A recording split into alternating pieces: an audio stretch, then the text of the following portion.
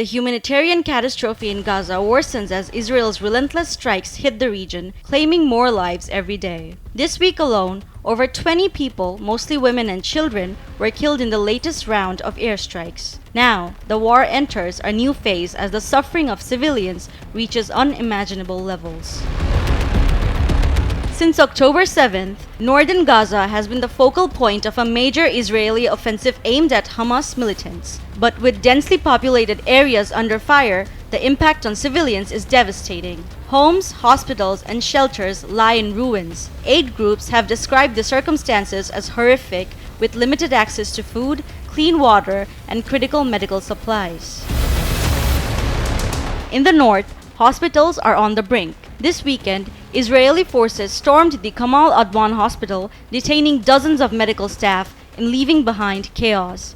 Only a handful of doctors and nurses remain, tasked with caring for nearly 200 patients under siege. The World Health Organization has condemned these actions, saying the attacks on medical facilities are putting thousands at risk. Meanwhile, the conflict now risks escalating into a regional war. Israel has launched airstrikes on Iranian military targets in response to a recent missile attack. Iran's supreme leader, Ayatollah Ali Khamenei, stopped short of calling for retaliation, signaling Iran's careful stance but underscoring its power in the region.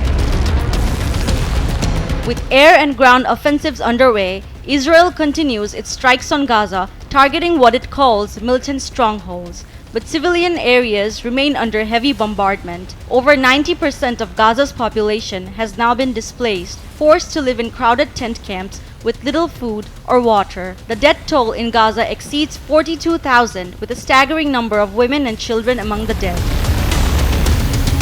International aid organizations have urged Israel to allow safe passage for relief workers and supplies. The Red Cross has called the blockade a violation of human dignity. As Gaza's infrastructure collapses, urgent action is needed to protect civilians and allow aid into the region. SM Sharmin Jahan, Daily Sun.